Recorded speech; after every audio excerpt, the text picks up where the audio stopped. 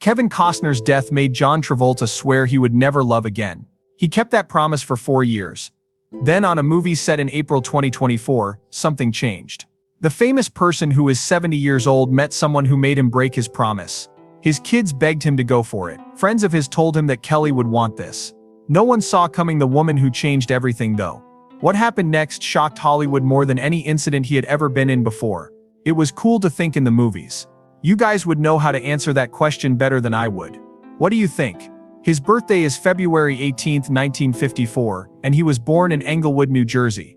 His home life wasn't peaceful at all. He was the 6th child and the youngest. Sam, his dad, ran a tire shop and had to work long, dirty hours just to pay the bills. Ellen, his mother, wanted to be a star and had already done some small radio and stage shows. Using the acting tricks she had learned while chasing her own dying dream, she made all of her kids do it. It was always loud in their small house. No one could be alone. John also slept in the same room as 2 boys. He learned how to deal with stress early on because his life was messy and full. He learned how to be seen even when things were crazy. Everyone was shocked when Travolta made a choice when he was 16. He told the teacher he was leaving school on a cold November day in 1970. He hadn't eaten for months and walked to work instead of taking the bus to save money. He planned to use the $150 he had. He told his family that night at dinner. His dad threw his coffee cup away. His mom cried for 3 days. Everyone in his family begged him to stay. Travolta had already bought a ticket to New York for just one way, though. He put some clothes and a copy of the actor's studio guide in a suitcase on December 12. He left so fast that he stuck the code to his locker on the mirror so that his brother could clean it out. Things didn't get better in New York. Travolta was turned down 8 months in a row. He borrowed Hope and cheap hot dogs to get by. He then heard 2 players talking about an audition for Grease one day in August 1971 while he was doing laundry. The show was new to him. He still lied and said he had. Even though his interview was only 4 minutes long, the director noticed how energetic he was. He got a job as a duty driver for the travel company. He went to 47 places and did 312 shows over the next 11 months. He had never made so much money in his life. $185 a week. He went on to star in Over Here with the Andrews Sisters on Broadway after getting that job. At first they didn't think much of him. But after the first night they changed their minds. Travolta took another chance in 1974. His new home is in Hollywood. He didn't have any friends and only had $847. His car was beat up. On the way the car broke down twice. His first night there was in a parking lot and his daily shower cost $3 at a club. His first job was on Emergency as an unconscious crash victim. He was on screen for 47 seconds and got $75. After that there was a one-liner about the rookies. Things were not going well. His big chance showed up out of the blue. His agent called him right after an unsuccessful tryout. A person in charge of casting wanted someone for a new show. Travolta ran across town 23 minutes late and in the wrong clothes. He was cast as Vinnie Barbarino on Welcome Back Kotter. Everything changed when the show started on September 9, 1975. Travolta became famous very quickly. To get the accent right he watched kids from Brooklyn for months. He went to Coney Island and watched real high schoolers. People saw him and thought he was from the area. He started getting over 10,000 love letters a week in just 6 weeks. ABC had to hire 2 people to read them all. Everywhere he went people heard him say, "Up your nose with a rubber hose." By Christmas that one line had sold more than $2 million worth of t-shirts, stickers and lunchboxes. But there was a bad side to the fame. Directors only saw him as the teen who made fun of things. They were too young to play serious parts. The director told him, "Don't want Barbarino in my movie" when he tried out for Saturday Night Fever. Travolta had to show that he wasn't just a cliché. Then Diana Hyland showed up. Travolta met the woman who played his mother in The Boy in the Plastic Bubble in 1976. She was 40 years old. He was 22 years old. Their link was made right away. They became engaged in just a few weeks. The 18-year age difference was all anyone could talk about. Hyland had a son from a previous marriage. They didn't care that Travolta was still not well known. They loved each other. They talked all the time, both on and off the set. Travolta said he had never felt that way about anyone else. He had no idea that Hyland was sick. She had already had surgery for breast cancer that she was told she had in 1975. Even from him at first she didn't say anything. She was hoping the cancer wouldn't come back when they started dating. But it did. She said she didn't know she was going to die until 2 weeks before it happened. Still she worked on. She watched 4 shows of 8 is enough while the cancer got worse. She never said anything bad. The call that changed everything then came. Hyland's condition got worse while Travolta was shooting Saturday Night Fever. He didn't think about it. He got off the set and flew to LA. They were making plans for a house, a life, and maybe even getting married in the future. He chose a white suit for their trip to Rio after the movie was over. That trip did not happen. Jane Hyland died in his arms on March 27, 1977. She was 41 years old. Travolta remembered it very well. I could feel her breath leaving her body. There were also her co-stars and close friends. To say goodbye it was quiet and private. After 2 days Andy Warhol, an artist, saw Travolta on a flight to New York. Warhol saw the red eyes, the crying in silence, and the paper cup with the booze and juice in it. He sobbed and buried his head in a pillow. He wore the white suit they chose together to the funeral. He came back to finish Saturday Night Fever. People didn't know that every move and scene on screen came from a real place of pain. He was nominated for an Oscar for that act. In more ways than one. It was moving sadness. In the end, Travolta said that Hyland's last words gave him the strength to keep going. "I'm leaving now, but you need to do this work." He did it. He became a star after the movie. But behind all the fame was a young man who was still sad about the love he lost too soon. In 1978, Grease was a huge hit in theaters. It was made for only $6 million. But it made $366.2 million around the world. At the time it was the most famous live-action musical ever made and the movie that made the most money that year. John Travolta, who played Danny Zuko, was great at dancing, singing, and making people feel good. John wasn't happy though behind the scenes. A year before he had lost Diana Hyland, an actor he loved very much. In 1977 she died of breast cancer. Travolta told People magazine that he loved someone more than anyone else. His friends and family cheered him on, but John was still sad. He called himself a one-woman man. His sister Ellen was there with him. Ellen worked as a waitress in Grease and had a small part in the story. Even though it helped a little. Every song about summer love made him think of a relationship he could never get back. As he danced through success, another breakup was just around the corner. Helen Travolta, his mother, was told she had cancer.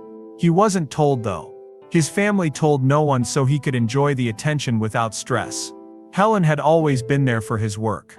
She was even in Saturday Night Fever for a short time. She was proud, and she smiled and laughed at parties to hide how much she hurt. While his mother was dying, John didn't know he was living a dream. The shock then came. She passed away on December 3, 1978.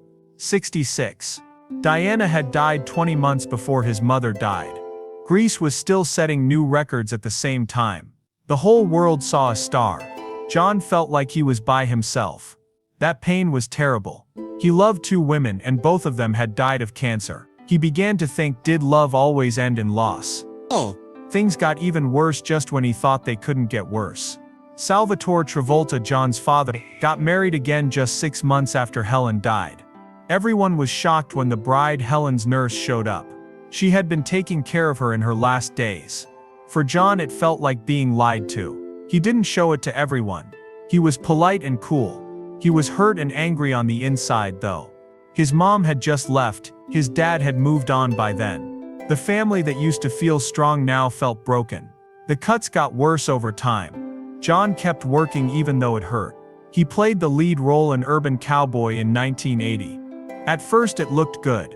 A tough young Texan named Bud Davis was played by him. Country music was all the rage. The movie made cash. It even helped start the American country music craze. But something didn't seem right. Some reviewers said he was just playing Tony Manero from Saturday Night Fever in a different way.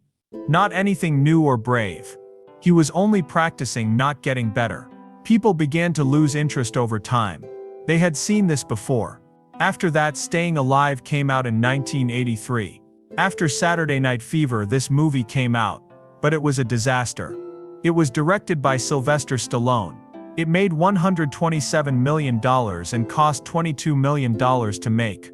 But reviewers didn't like it. Roger Ebert made fun of the dance scene for being too much. He said it had lasers, smoke, fire, ice, and everything else but life. It wasn't as honest as the first one. It looked more like a long, flashy music video. After the fact, Entertainment Weekly said it was the worst remake ever. And that was the end of Travolta's career. Some people thought that his earlier hits might have just been lucky breaks. But in 1989, the movie A Talking Baby gave him another chance. Who Are You Talking To? Was a big surprise hit.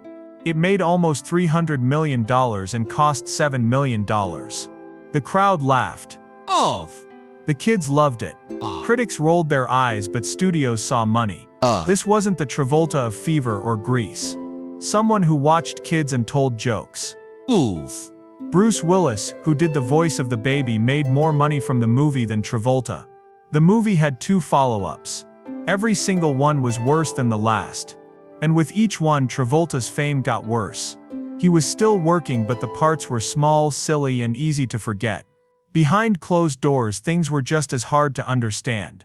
These were the years when Travolta really got into Scientology. He joined the church before he became famous. But it protected him now. He became more involved with the group because of the stress, grief, and loss of fame. That year he talked about how it helped him deal with fame and pain. That wasn't true for everyone, though. Some ex-members of the church said Travolta was stuck and scared to leave. There were rumors. Documentaries blamed people. Secrets and threats were talked about in the news. It all made things even more chaotic. The year 1993 was a sad year for John Travolta fans. Before he was in hits like Saturday Night Fever. Now he makes movies that go straight to video. Only Quentin Tarantino thought he could still play serious parts, even though no one else in Hollywood did. Everyone was shocked when Tarantino chose Travolta to play heroin-addicted hitman Vincent Vega in Pulp Fiction. It didn't make sense. Travolta was known for dancing, not for being in dark movies. The people at the studio thought Tarantino was crazy. They didn't know it though, but Tarantino wrote the part with Travolta in mind. No one else saw what he saw in him. And that risk paid off in a way that no one could have seen coming. It was first shown at the Cannes Film Festival on May 21, 1994. For 6 minutes, everyone stood up and applauded. It wasn't just nice cheers. People were crying, shouting, and feeling too much. John Travolta, the man who no one thought would make it, stood on stage crying. French reviewers said that his performance was beautiful. They said that his return was like Marlon Brando's. Dozens of photographers caught the moment on film. It turned into a sign of salvation. It was no longer true that Travolta was a failed star. He was better than ever when he came back. Something even stranger happened later that same year. Travolta was in the running for an Oscar. It had been 17 years since he was nominated for Saturday Night Fever for the first time. He was 40 years old now. A lot of people thought his career was over a long time ago, but this second nod showed them they were wrong. It wasn't a vote of sympathy. It wasn't to remember. It really meant something. He was up against stars like Morgan Freeman, Paul Newman, and Tom Hanks. He was back in the spotlight, but this time not as a dancer but as a serious performer. That meant the world to him. He didn't do any more shows after Pulp Fiction. He picked parts that were smart and brave. In the movie Get Shorty, he played a gangster who wanted to make movies. He was up for a Golden Globe. In Face Off, he and Nicolas Cage changed their names. He had to be 2 different people at the same time. It made $245 million. After that came Primary Colors, where he played a role that was based on Bill Clinton. He had never done anything like it before. It was quiet, strong, and different. Every part he played showed a different side of his skill. In 1999, Travolta was seen as more than just a return story. He was also thought to be one of the best actors in Hollywood. The same thing was written in his bank account. He was only making $150,000 a movie in the 1980s. He was making $20 million a movie by 1998. In just 5 years, that's a 13,000% rise. That's on top of the $12 million he made from Face Off alone. He was called one of the most bankable stars in Hollywood by trade magazines. He got perks like private planes and the power to make his own ideas. The money wasn't the real win though. Honor was the real win. He finally got back something he had lost for years. As part of shooting for The Experts in 1987, Travolta met Kelly Preston. At the time she was married but unhappy. As Travolta put it, it was love at first sight. She said she would never forget the way he looked at her. It took her a while to jump into Travolta's arms after her breakup.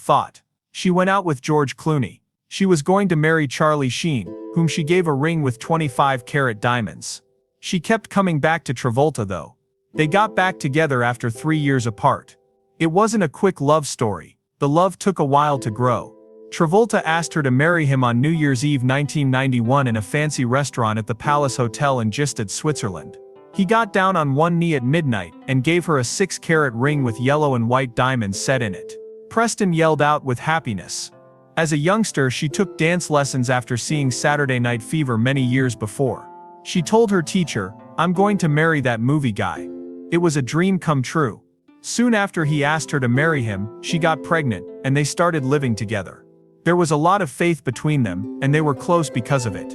Travolta joined after the death of a girlfriend to cancer. Preston was seeing someone else before they met. They even got married for the first time in Paris with a Scientology minister. Their church helped them deal with the death of their son Jet in 2009. Preston once said that their views affected even how they raised their children. For instance, Preston gave birth quietly, which is one of Scientology's lessons on how to welcome children peacefully. Their family life was full of both deep happiness and deep sadness.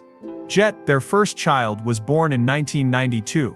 Autism and Kawasaki disease were both in him.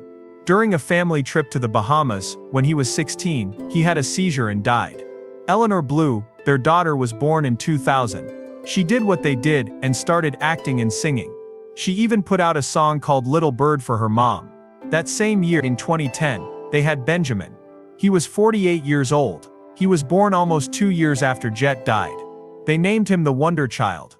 He gave them a reason to live again. Travolta said. They loved their kids very much. They had family dinners and cooked together. Even though they lived in Hollywood, they kept each other grounded. It was supposed to be a great way to begin the year.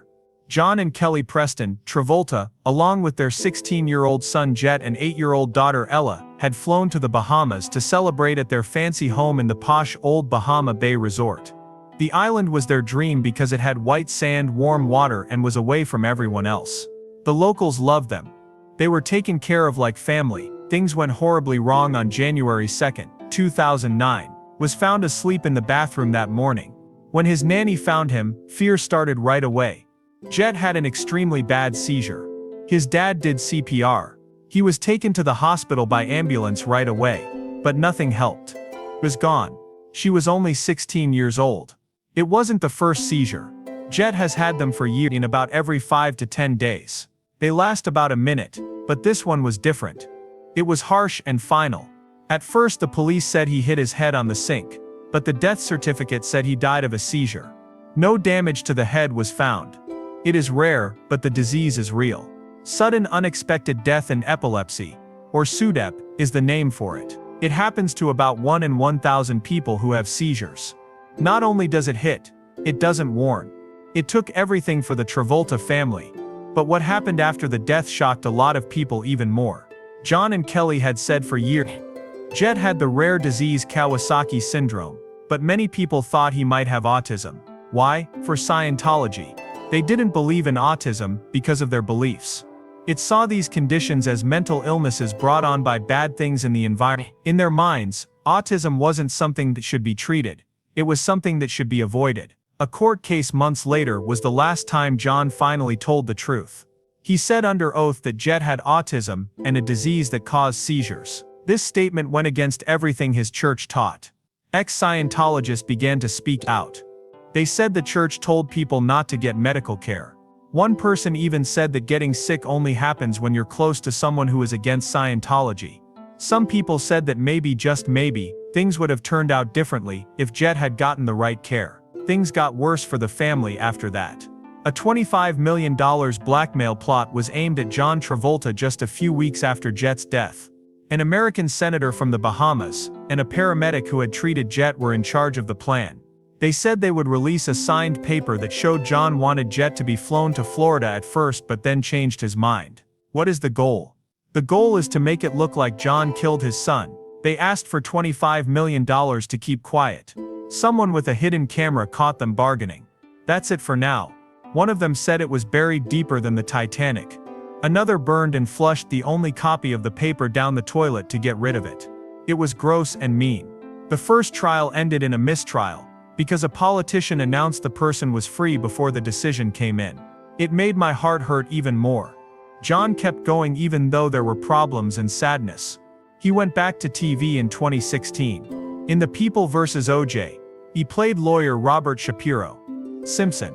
He was nominated for an award for the part, which reminded people why he used to be a Hollywood star. He showed that he could still rule the screen at age 62. But the next 10 years were bad. In 2012, 3 different male masseurs sued Travolta, saying that he had sexually assaulted them. There were claims of wrongdoing at high-end hotels in Beverly Hills and Atlanta. It was frightening and graphic what was said. One of the accusers changed their dates after Travolta's team showed proof that he wasn't in town. All the cases were dropped in the end, but the damage had already been done. His name stayed in the news. Then there was another court case. Douglas Gotterba, who used to be his pilot, said that they were dating for a long time. He didn't want to follow through on a promise of privacy. When Travolta's lawyers fought back, they said it was ridiculous. What the stories did, though, was feed long-running rumors. There were more voices. Someone who used to work for Travolta said she always knew he was gay.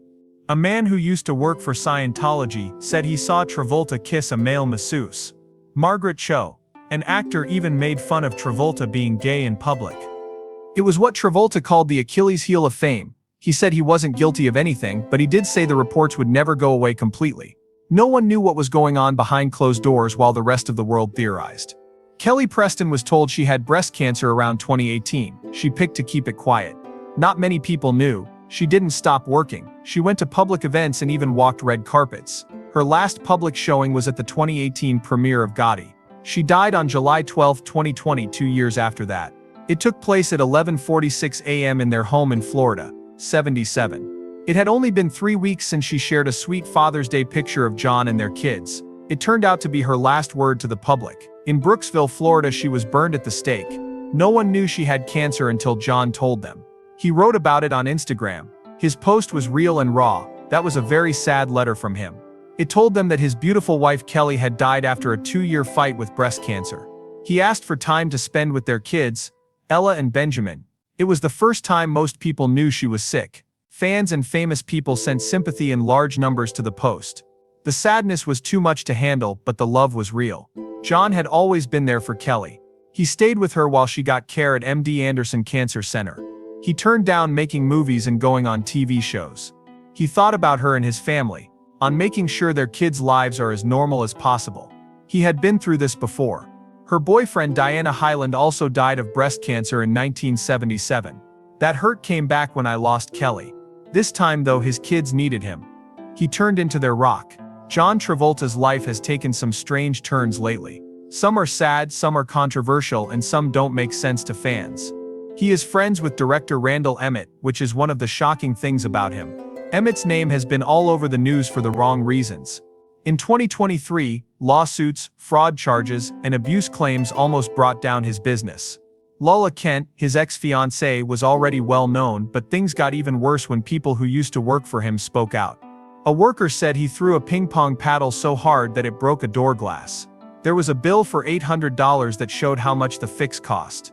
Another worker who was only 24 said she was scared of him but didn't know how to show it. That person seems bad, so why would Travolta stay close to them? Especially since he was still hurting from the death of his wife Kelly Preston. He was also said to be pulling away from Scientology at the same time. People who knew him in that world began to doubt his judgment. Travolta had always been known as a loving husband and father, but this didn't look like that person. The link to Emmett made everything look a little darker and more complex. After that, something else happened that no one saw coming. In April 2024, it was said that Travolta had become close with Kristen Davis, who is best known for her role as Charlotte on Sex and the City. They got to know each other while making the movie Cash Out. Insiders said it was clear that they got along. She was telling her friends how smart and beautiful she was. Travolta is now 70 years old. That was the first time someone had brought up a possible relationship between him and someone since Kelly's death almost 4 years ago. What was even stranger about it? The deal went over well with his kids, Ella and Benjamin. It was said that they liked Kristen and wanted their dad to be happy again. Insiders say that everyone on the set thought the two of them looked great together, and Travolta's friends told him to go for it. There is a catch though. Travolta has been very scared to let her guard down again. Friends say he's still afraid of being open and honest. People who know him say he has a big heart and has always been nice. He might not want to do it because he's afraid of losing love again. Travolta made a promise to himself after Kelly died. People heard him say he would never date again. He thought it would be cruel to her memory. He lived by that for almost 3 years. He told her he would love her until the end of time. Things began to change in 2023, though. People who knew him well could tell that he was feeling lonely.